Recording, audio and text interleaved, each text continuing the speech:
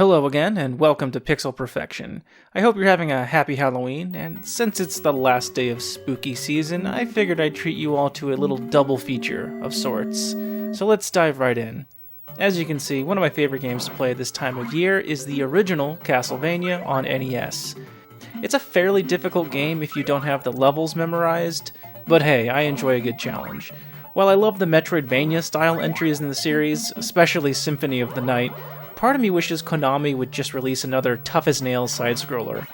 But thankfully, we were blessed with Bloodstained, Curse of the Moon 1 and 2 in 2018 and 2020 respectively.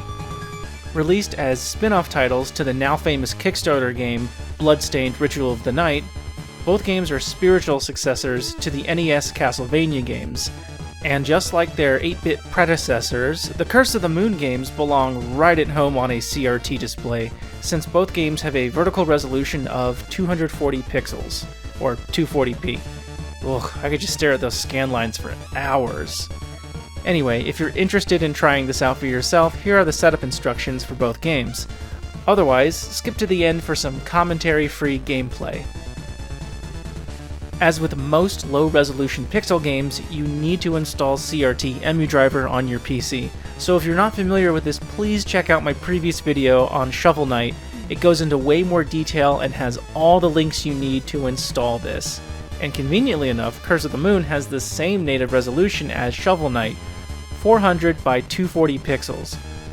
As for Curse of the Moon 2, the resolution is 426 by 240 pixels. So not a huge difference, but very similar. Since both games are 240p, they'll work on standard definition CRT televisions and monitors just fine. I also recommend installing Special K Injection Frontend because both games need to have borderless windows enabled in order to be pixel perfect. You can also use the application Borderless Gaming, but personally I've had a way easier experience using Special K. Lastly, set your CRT as your main display in Windows display settings.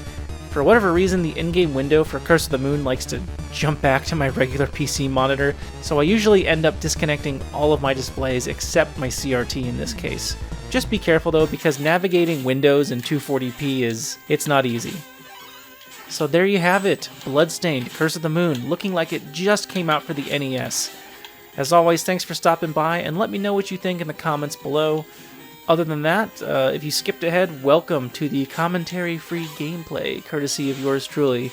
I'm just going to let this run for a while now, play the game. I'm not very good at it, as you can tell, but that's okay. So enjoy those scan lines, enjoy the display, and I hope to see you all around for the next video. Thanks again.